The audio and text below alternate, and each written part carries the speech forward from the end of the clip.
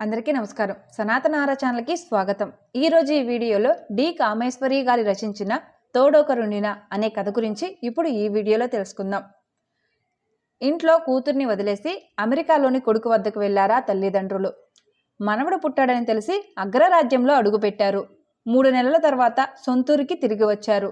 ఇంటికి తాళం వేసి ఉండడం చూశారు. పక్కింటి ఆమె వచ్చి తాళంతో పాటు ఓ కవర్ను కూడా ఇచ్చింది. ఆ కవర్లో కూతురు రాసిన ఓ ఉత్తరం ఉంది. ఆ లేఖను చదివిన ఆ తల్లిదండ్రులకు డోర్ బెల్ మోగింది.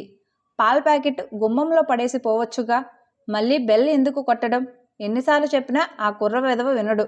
ఇంకా పూర్తిగా చీకట్లు పోనేలేదు. తెలతెలవారుతుండగా అప్పుడే మంచి నిద్ర పడుతుంది. అసలే చలికాలం, అందులోనూ దుప్పటి కప్పుకొని పడుకుంటే అస్సలు లేవాలనిపించదు. విసుక్కుంటూ లేచి తలుపులు తీసింది సావిత్రి. ఎదురుగా కనపడిన మొహం చూసి బిత్తరపోతూ, నువ్వా? మీరా? ఏమిటిలా హఠాత్తుగా? ఫోన్ అయినా చెయ్యవచ్చు కదా. అల్లుడిని చూసి నైట్ గౌన్ సర్దుకుంటూ గాబరాగా అంది. చెప్పి వచ్చినా గాని ఇక్కడెవరూ మాకు హారతలిచ్చి స్వాగతించరని తెలుసుగా. వ్యంగ్యంగా ఓ నవ్వు విసిరాడు అల్లుడు. గుమ్మంలోంచి తప్పుకొని రండి లోపలికి అంది సావిత్రి. షోల్డర్ బ్యాగుతో లోపలికి వచ్చి కూతురు గదివైపు వెళ్ళబోతుంటే, కాసేపు ఈ గదిలోకి వెళ్ళి పడుకోండి, ఇంకా పూర్తిగా తెల్లవారలేదుగా, అమ్మాయి మంచి నిద్రలో ఉంది, మళ్ళీ పిల్లాడు నిద్రలేచిపోతాడు అంటూ 3వ గదివైపు చేయి చూపించింది సావిత్రి. అవునులేండి, ఆవిడి గారికి ఇప్పుడప్పుడే తెల్లారదుగా అన్నాడు అల్లుడు మళ్ళీ ఓ వ్యంగ్యపు నవ్వు నవ్వి. లోపలికి వెళ్ళి తలుపేసుకున్నాడు. సావిత్రి తన గదిలోకి వెళ్ళి పక్క మీద వాలిందే గాని ఇంకా నిద్రేం పడుతుంది? తెల్లారి ఎదుర్కోబోయే సంఘటనలు, అటు అల్లుడు ఇటు కూతురు, ఇద్దరికిద్దరే, ఒకరి మాట మరొకరు వినరు. తమదే రైట్ అంటారు తప్ప ఎదుటి మనిషిని అర్థం చేసుకునే ప్రసక్తే లేదు. మధ్యలో తనకే చచ్చే చావొచ్చిద్ది. ఆయన కల్పించుకోరు, పట్టించుకోవడం ఎప్పుడో మానేశారు. ఏడాది కాలంగా చెప్పి చెప్పి నాకింకేం చెప్పొద్దు, వాళ్ళేడుపు వాళ్ళని ఏడవని, నా ప్రాణం విసుకుపోయింది, ఇది వెళ్ళదు, అతను వదలడు అంటూ ఏం చెప్పినా చెవులు మూసేసుకుంటాడు తన భర్త. ఏమిటి అప్పుడే లేచావు? పడుకో పడుకో బద్ధకంగా అన్నాడు మూర్తి. ఏం పడుకుంటాను, అవతల అల్లుడుగారు వేంచేశారు విరక్తిగా అంది సావిత్రి. ఏమిటి వివేక్ వచ్చాడా? కప్పుకున్న రోజాయి తెసేసి లేచి కూర్చున్నాడు మూర్తి. వచ్చాడు. పేరులోనే తప్ప ఏ కోసైనా ఇసుమంతైన వివేకం లేదు. అవును, నీ కూతురికి కూడా పేరులో తప్ప సౌమ్యత లేనట్టుగానే ఆయన విసుర్లు. మీకు కూతురే, ఆ మాట మరిచిపోకండి. చురుగ్గా చూస్తూ పక్క మీద నుంచి లేచి బయటకు వెళ్ళిపోయింది సావిత్రి. తెల్లవారాక బ్రష్ చేసుకొని కాఫీ కోసం వంటింట్లోకి వచ్చిన సౌమ్యతో, మీ ఆయన వచ్చాడు, కాఫీ కలుపుతూ లోగొంతుతో చెప్పింది సావిత్రి. సౌమ్య చటుక్కున తల్లి వంక చూసి, అలా అనొద్దని ఎన్నిసార్లు చెప్పాలి నీకు? చిరాగ్గా అంది. సరే, వివేక్ వచ్చాడు. సావిత్రి అంతకంటే తీవ్రంగా అంది. రాణి, నాకెందుకు చెప్పడం? కాఫీ మగ్గు, పిల్లాడి ఫీడింగ్ బాటిల్ పట్టుకొని సౌమ్య గదిలోకి వెళుతుంటే, నీకు మొగుడు కనుక చెప్పాను అంది వెనక నుంచి మళ్ళీ. వెనక్కి తిరిగి తల్లిని మింగేసేటట్టు చూస్తూ, ఆ మాటే అనొద్దన్నాను అంటూ గదిలోకి వెళ్ళి దడాలున తలుపు వేసుకుంది సౌమ్య. గదిలోంచి బయటకు వచ్చిన మూర్తిని చూసి ఆ కోపం అంతా చేతిలో ఉన్న పటకారు మీద చూపించి పొయ్యి గట్టు మీద గట్టిగా విసిరేసింది సావిత్రి. నిమ్మకు నీరెత్తినట్టు భార్యకేసి చూస్తూ, ఆ కాఫీ ఇలా ఇవ్వు అన్నాడు మూర్తి ప్రశాంతంగా. తలుపు తీసి గుమ్మంలో ఉన్న పేపర్ తీశాడు. హెడ్లైన్స్ చూస్తూ భార్య ఇచ్చిన కాఫీ గ్లాస్ అందుకొని సోఫాలో కూర్చోబోతుంటే, హలో, గుడ్ మార్నింగ్ సార్ అంటూ వచ్చి పలకరించాడు వివేక్. ఓ వెరీ గుడ్ మార్నింగ్, మీరు వచ్చారని సావిత్రి చెప్పింది, కూర్చోండి. సావిత్రి, మరో కాఫీ పట్రా మర్యాదగా అన్నాడు మూర్తి. కాఫీ తాగుతూ పేపర్ చూస్తూ, ఏమిటి ఇలా వచ్చారు అని అడిగాడు. పెళ్ళాం బిడ్డలు ఇక్కడే ఉన్నప్పుడు మామగారి ఇంటికి రాక తప్పుతుందా? వ్యంగ్యంగా ఎత్తుపొడుపుగా అన్నాడు. ఓ రియల్లీ, మీరిద్దరు ఇంకా భార్యాభర్తలేనా? అంతకంటే వ్యంగ్యంగా అన్నాడు మూర్తి. అని నేను అనుకుంటున్నాను. మీ అమ్మాయి ఏమనుకుంటుందో మీకే తెలియాలి గడుసుగా అన్నాడు వివేక్. నాయనా, మీ ఇద్దరికీ ఓ నమస్కారం. మీ ఇద్దరు భార్యాభర్తలో కాదో మీరే తేల్చుకోండి. ఆ పని మీరు చెయ్యకపోతే మీకు సాయపడడానికి కోర్టులున్నాయి. మీ ఇద్దరికీ చెప్పలేక మాకున్న ఓపిక, సహనం అన్నీ నశించిపోయాయి. కన్నాం కాబట్టి దాన్ని ఇంట్లో నుంచి పొమ్మనలేకపోతున్నాం అంతే విరక్తిగా అన్నాడు మూర్తి. సావిత్రి వచ్చి కుర్చీ జరిపి కూర్చుంటూ, వివేక్, ఇదేమీ బాగోలేదు. ఇద్దరికిద్దరు ఇలా పంతాలకు పట్టింపులకు పోతే ఎలా? మీ మధ్య ఒక పిల్లాడు ఉన్నాడన్న విషయం మర్చిపోకండి. రేపు వాడు కాస్త పెద్దయిన తర్వాత నాన్న ఏడి అని అడిగితే, అవును, అది మీ అమ్మాయి ఆలోచించుకోవాల్సిన వ్యవహారం. ఆ మాత్రం కూడా ఆలోచించకుండా ఆమెకు ఆ మొండి వైఖరి, ఆ ధైర్యం ఏమిటో నాకైతే అంతుబట్టడం లేదు. మీకేమైనా అర్థమవుతుందా?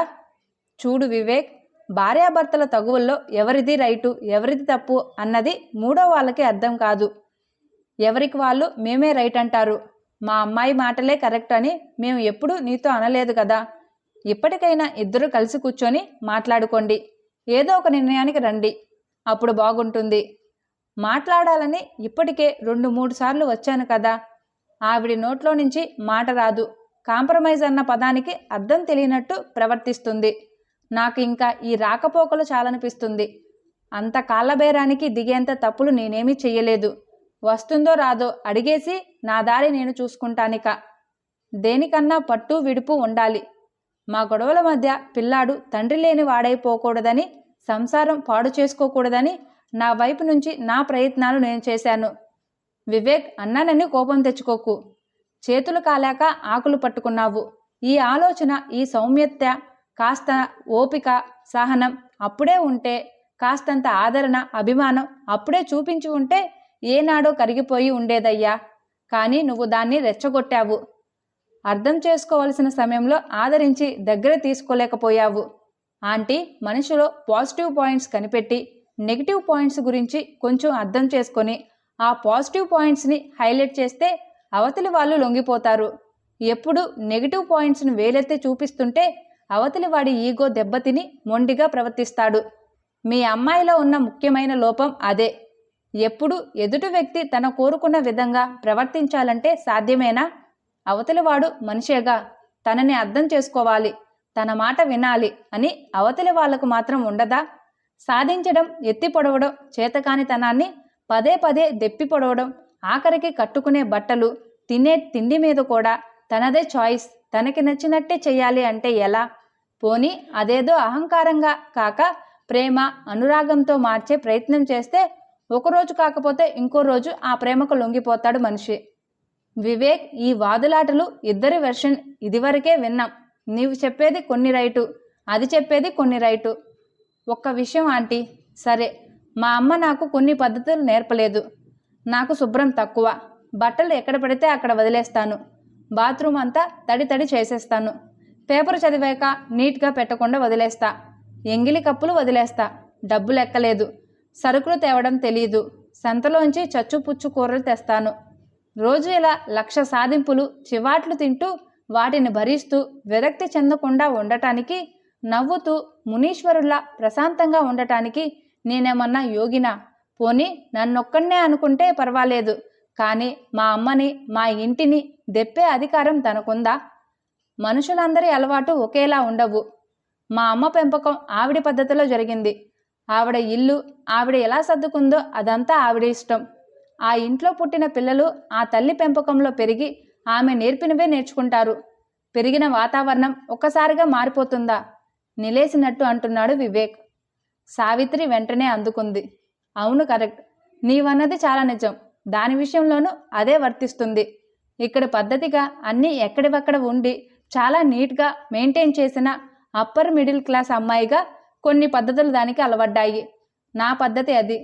నాకంటే ఎక్కువగా దానికి కొన్ని మంచి అలవాట్లున్నాయి. హై క్లాస్గా పెరిగిన పిల్ల. దానిదంతా కట్టే కొట్టే తెచ్చే అన్నట్టుండే రకం. నాజుగ్గా, మంచిగా, ఓరిమిగా చెప్పడం దానికి తెలియదు. నేను చిన్న మాట అన్నా కూడా పడే రకం కాదు. ఆ మనస్తత్వం కాదు దానిది. కానీ పెళ్లి కాకముందు ఎన్నిసార్లు చెప్పేదాన్ని, నా పద్ధతి అంతే, నా మాట అంతే. అమ్మా, నాన్న, స్నేహితులు ఎవరైనా నువ్వు కొరుక్కున్నట్టే ఉండాలంటే కుదరదు. నీకు నచ్చకపోతే నచ్చచెప్పే తీరు ఇది కాదు. మంచిగా మనిషిని మార్చుకోవాలి అనేదాన్ని. చెప్పడం సులువే అనేది. మీరిద్దరూ పెళ్లి కాకముందు ఒక ఆఫీసులో పనిచేశారు. 6-7 నెలలు ప్రేమించుకున్నారు. కలిసి తిరిగారు. ఆ టైంలో అంతా పూర్తిగా కాకపోయినా ఒకరి గురించి మరొకరు కొంతైనా అర్థం చేసుకుని ఉంటారు. మీరు ఇద్దరికి ఒకరి గురించి ఒకరికి అన్నీ నచ్చిన తర్వాతే ఇష్టపడి చేసుకోవడానికి ఒప్పుకున్నారని మేము మా అంగీకారం తెలియజేశాం. అవునవును ఆంటీ, ఇందులో మిమ్మల్ని అనడానికి ఏమీ లేదు. కానీ నేను సౌమ్యలో ప్లస్ పాయింట్స్ చూసి ఆకర్షితుడయ్యాను. తన తెలివి, స్మార్ట్నెస్, పనిలో ఏకాగ్రత, నిర్దిష్టమైన అభిప్రాయాలు, ముచ్చట గొలిపే ఆకారం అన్నీ నాకెంతో నచ్చాయి. తను నాలో ప్లస్ పాయింట్స్ చూసే ఒప్పుకుందనుకున్నా. కానీ అంత తెలివైన అమ్మాయి నిన్ను ఎంచుకోవడంలో నేను బోల్తా పడిపోయాను అని నన్ను అంటుంటే నా ఆత్మాభిమానం, నా అహం దెబ్బతినదా? మొదట్లో సరదాగా భావించి దులిపేసుకునేవాడిని. రోజు రోజుకి ఆవిడ ధోరణి మితిమీరిపోతుంటే తిరగబడి నిర్లక్ష్యంగా జవాబులు ఇవ్వడమే నేను చేసిన నా నేరమా? వివేక్, ఎన్నిసార్లు వినమంటావు? నువ్వు చెప్పే ఈ మాటలన్నీ మా ఇద్దరికీ ఇంక వినే ఓపిక లేదు. ఇంక మీ ఇద్దరూ కలిసి బతకలేం అనుకుంటే మ్యూచువల్ డైవోర్స్ తీసుకొని ఎవరి బతుకు వాళ్ళు బతకండి. ఇంతకంటే మేము ఏమీ చెయ్యలేం, చెప్పలేం, మూర్తి అసహనంగా అన్నాడు. వివేక్, చూడు, నీ వాదన విన్నాం, దాని వాదన విన్నాం. పెద్దదాన్ని ఒక మాట చెబుతున్నా చూడు. 25 ఏళ్ళు ఒక చోట ఆడపిల్ల పెరిగి పెళ్లి పేరుతో ఇంకో చోటకు వెళ్ళి అక్కడ కొత్త మనుషులు, కొత్త అలవాట్లు, కొత్త చోటు, కొత్త రుచులు, కొత్త పద్ధతులు, వీటన్నిటి మధ్య అలవాటు పడి ఇమడడానికి మానసికంగా ఎంత మదన పడుతుందో మగాళ్ళకి అర్థం కాదు.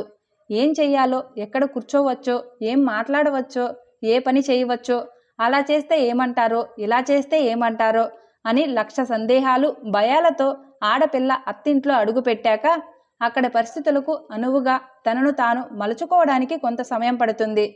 ఒక లేత మొక్కను తీసి ఇంకో చోట పాతితే 2-3 రోజులకు జీవం పోసుకొని ఎదుగుతుంది. అదే పెరిగిన మొక్కను వేళ్లతో సహా పీకి ఇంకో చోట పాతితే వేళ్ల తన్ని జీవం పోసుకొని బతకడానికి చాలా సమయం పడుతుంది. ఆడపిల్ల కూడా అంతే. పుట్టి పెరిగిన చోట ఆప్యాయంగా, ప్రాణప్రదంగా చూసుకునే తల్లిదండ్రులను వదిలి ఇంకో చోట తెలియని మనుషుల మధ్య అలవాటు పడడానికి సమయం కావాలి. చిన్నప్పుడు పెళ్ళిళ్ళు, అత్తింటి కాపురాల రోజుల్లో అమ్మాయిలకు తొందరగా పెద్దల సలహాలతో ఇమిడిపోయేవారు. ఇప్పుడు చదువుకున్న అమ్మాయిలకు ఆర్థిక స్వాతంత్ర్యం వచ్చాక తమ వ్యక్తిత్వంలో, అభిరుచులలో మార్పులు వస్తాయి. అలాంటి అమ్మాయిలు అత్తారింట్లో అంత తొందరగా కొత్త జీవితానికి అలవాటు పడలేరు. వాళ్ళ ఆత్మాభిమానం ఒప్పుకోదు. నేనేం తక్కువ అనే ఫీలింగ్ ఉంటుంది అమ్మాయిల్లో. అలాంటప్పుడు భర్త ఆమెకు భరోసా ఇవ్వాలి. మనిద్దరి ఇల్లు, మనం కలిసి జీవించాలి. అలకలు, అపార్థాలు ఏం వచ్చినా మనమే మాట్లాడుకొని సరిదిద్దుకుందాం అని ప్రేమాభిమానాలు చూపితే అమ్మాయిలు త్వరగా సర్దుకుపోతారు. ఇది నా ఇల్లు, వీడు నావాడు అనే ప్రేమకు లొంగిపోతారు. అలా కాకుండా నా అలవాట్లు నావి, నీకు నచ్చినట్లు నేనెందుకు ఉండాలి అనుకుంటే ఆ సంసారంలో సామరస్యం లోపిస్తుంది. గొడవలు మొదలవుతాయి. ఉద్యోగాలు, ఆడవాళ్ళు ఇటు ఇంటి పని, అటు బయట పని, ఉద్యోగం రెండూ చెయ్యాలని ఆశించకూడదు. ఇద్దరూ సమానంగా పనులు పంచుకోవాలి. ఆమె కష్టాన్ని గుర్తించాలి. అలాంటి భర్తలనే ఈనాటి ఆడపిల్లలు కోరుకుంటున్నారు. ఇంటి పనులు షేర్ చేసుకోలేని భర్తల్ని ఎందుకు భరించాలని వాళ్ళు అనుకోవడంలో తప్పేంటి అడిగింది సావిత్రి. అది సరే అంటే నాకు పని చేయడం చేత కాదు. అలాంటప్పుడు నన్ను ప్రేమగా పిలిచి అడగాలి. ఈ కూరలు తరుగు, బాబు ఫీడింగ్ బాటిల్స్ కడుగు అని ఎలా చెయ్యాలో 1కి 2 సార్లు చెప్పవచ్చు కదా. దాని బదులు ఏమీ రాదని దెప్పడం, దులిపి పారేయడమే కరెక్ట్ అనుకుంటారు ఈ ఆడవాళ్ళు. మీ ఇద్దరి మధ్య సామరస్యత ఉన్నప్పుడు అవన్నీ సాధ్యపడతాయి. ఈ విషయంలో మా అమ్మాయి తప్పు లేదనని నేననను. నన్నేం చేయమంటారు చెప్పండి. ఆఖరి ప్రయత్నంగా వచ్చాను. ఇప్పటికీ 6 నెలలైంది. అతను వచ్చేసి ఇంకా ఎదురు చూసే ఓపిక నాకు లేదు అసహనంగా అన్నాడు వివేక్. తలుపు తీసుకొని బాబుని ఎత్తుకొని గదిలోంచి వచ్చిన సౌమ్య వివేక్ని చూడనట్టే వంటింట్లోకి వెళ్ళబోయింది. వివేక్ చటుక్కున లేచి, హాయ్ చేతన్, దా దా ఇలా రా అని ఆమె చేతిలోంచి బాబును తీసుకోబోయాడు. సౌమ్య తీక్షణంగా చూసి బాబుని గట్టిగా పట్టుకుంది. హాయ్ సౌమ్య, బాబుని ఇటివ్వు, వాణ్ణి చూడడానికే వచ్చా తెలుసా, దానాన్న అని మళ్ళీ చేతుల్లోకి తీసుకోబోయాడు. నీకు నాకు సరపడేదని నేను వచ్చేశాక ఇంకా రావడాలేమిటి? ప్లీజ్ నన్ను అనవసరంగా డిస్టర్బ్ చేయకు అంది సౌమ్య తీవ్రంగా. వివేక్ మొహం ఎర్రబడింది. అంతలోనే నిగ్రహించుకొని, మనకు జరిగింది బొమ్మల పెళ్లి కాదు, శాస్త్రోక్తంగా జరిగిన పెళ్లి, రిజిస్టర్ మ్యారేజ్ కూడా. ఇలా ఇంట్లో కూర్చొని నీకు నాకు చెల్లు అనుకునేంత తేలికైన విషయం కాదు అంటూ బలవంతంగా ఆమె చేతిలోంచి బాబును తీసుకున్నాడు. సౌమ్య తిరిగి బాబును లాక్కోబోయింది. అప్పుడు బాబును తీసుకోబోతుంటే మూర్తి గట్టిగా మందలిస్తూ, ఏమిటది? బాబు అతని తండ్రి అని మరిచిపోకు. నీకెంత హక్కుందో అతనికి అంతే హక్కుంది. బిహేవ్ యువర్ సెల్ఫ్ అన్నాడు. సౌమ్య తండ్రి వంక చురుగ్గా చూసి ఏదో అనబోయి తండ్రి మొహంలో కోపం చూసి మౌనంగా తన గదిలోకి వెళ్ళిపోయింది. నీతో మాట్లాడేందుకే వివేక్ వచ్చాడు. ఇద్దరూ రూమ్లోకి వెళ్ళి మాట్లాడుకోండి. ఆర్డర్ వేసినట్టు అన్నాడు. మా మధ్య ఇక మాటలేం లేవు. మాట్లాడాల్సింది ఒక లాయర్తోనే. సౌమ్య, ఒకసారి ఎదుటి వాళ్ళు చెప్పింది వినడం నేర్చుకో. వివేక్ ఏం చెబుతున్నాడో ఒకసారి విను. కూతుర్ని గట్టిగా హెచ్చరించింది సావిత్రి. సరే, మేం మాట్లాడుకునే మాటలకు గదులు అవసరం లేదు. అందరి ఎదురుగానే మాట్లాడవచ్చు మొండిగా అంది. సరే అయితే, అంకుల్, ఆంటీ మీరు ఇక్కడే ఉండండి అంటూ సౌమ్య, నేను క్రితంసారే చెప్పాను, ఇప్పుడు చెబుతున్నాను. మనిద్దరం కలిసి కాపురం చేయాలనేది నా కోరిక. మన మధ్య ఇప్పుడు బాబు కూడా ఉన్నాడు కనుక వాడి కోసమైనా మనం కలిసి బతకాలనేది కోరుతున్నాను. పిల్లాడికి తల్లిదండ్రులు ఇద్దరూ ఉండాలి. వాళ్ళ సమక్షంలోనే వాడి పెంపకం జరగాలని నా ఉద్దేశం. తండ్రిగా నువ్వేం చేస్తావు? ఒక్కరోజన్నా వాడి ఆలనా పాలనా చూసావా? రాత్రిపూట ఒక్కసారైనా వాడిని నిద్రపుచ్చావా? వాడికి పాలు పట్టావా? అన్నీ నేనే చేసుకున్నప్పుడు నేనే ఒంటరిగా బతుకుతూ వాడిని పెంచుకుంటా. అంత పసిపిల్లాడికి నేనేం చేయగలను? నాకు ఆ పని అలవాటు లేదు. అందరికీ అన్ని అలవాట్లు ముందే వచ్చేయివు. చేస్తూ ఉంటే అవే వస్తాయి.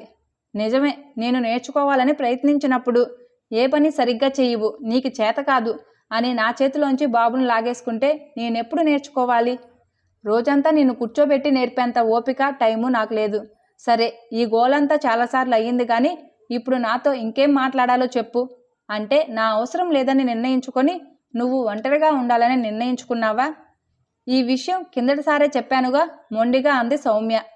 వివేక్ ఒక్క క్షణం సౌమ్య తల్లిదండ్రుల వంక చూసి, విన్నారు కదా, ఇంకా మాట్లాడటానికి ఏమీ లేదు అన్న తర్వాత, ఇక ఆమె కాళ్ళ పట్టుకునేంత ఓపిక, సహనం నాకు లేవు అని బాబును ముద్దు పెట్టుకున్నాడు వివేక్.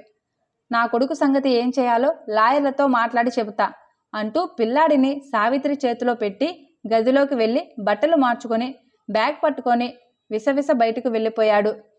ఇంత అహంకారం పనికిరాదు. నువ్వు చేసిన ఈ పనికి విచారించే రోజు వస్తుందని తండ్రిని కాబట్టి శాపం పెట్టను కానీ ఆల్ ది బెస్ట్. ఇంక నీ ఇష్టం. నీ విషయంలో మేం జోక్యం చేసుకోదలుచుకోలేదు అని తండ్రి పేపర్ మొహానికి అడ్డం పెట్టుకున్నాడు. సావిత్రి కూతురు వంక విముఖంగా చూసి వంటగదిలోకి వెళ్ళిపోయింది. మీ అమ్మ నేను 3 రోజుల్లో అమెరికా బయలుదేరుతున్నాం. నిన్ననే టికెట్ కొన్నాను అన్నాడు కూతురితో మూర్తి. సౌమ్య చకుతురాలైంది. అదేంటి నాన్న, ఎందుకు ఇంత హఠాత్తుగా ప్రయాణం? కలవరపడుతూ అడిగింది సౌమ్య. మీ అన్నయ్య కొడుకుని పుట్టిన తర్వాత ఇప్పటి వరకు మేం చూడనే లేదు. వాళ్ళ అత్తగారు పురిటికి వెళ్ళి 4 నెలలైపోయింది. ఆవిడ ఇండియా తిరిగి వచ్చేస్తుందట. అందుకని మమ్మల్ని రమ్మన్నాడు. పిల్లాన్ని ఒంటరిగా ఇంట్లో వదిలి ఉద్యోగాలకి వెళ్ళలేరుగా. ఆయా దొరికింది కానీ ఇంట్లో మన అనేవాళ్ళం మేము ఉండాలి కదా అన్నాడు. మరి ఇక్కడ ఎలా? బాబుని ఎలా మేనేజ్ చేయాలి? ఏదైనా క్రష్లో ఉంచు. మీ ఇద్దరూ కలిసి ఉన్నప్పుడు కూడా ఆఫీసులకు వెళ్ళినప్పుడైనా బాబుని క్రష్లో ఉంచక తప్పదు కదా నిర్లిప్తంగా అన్నాడు తండ్రి.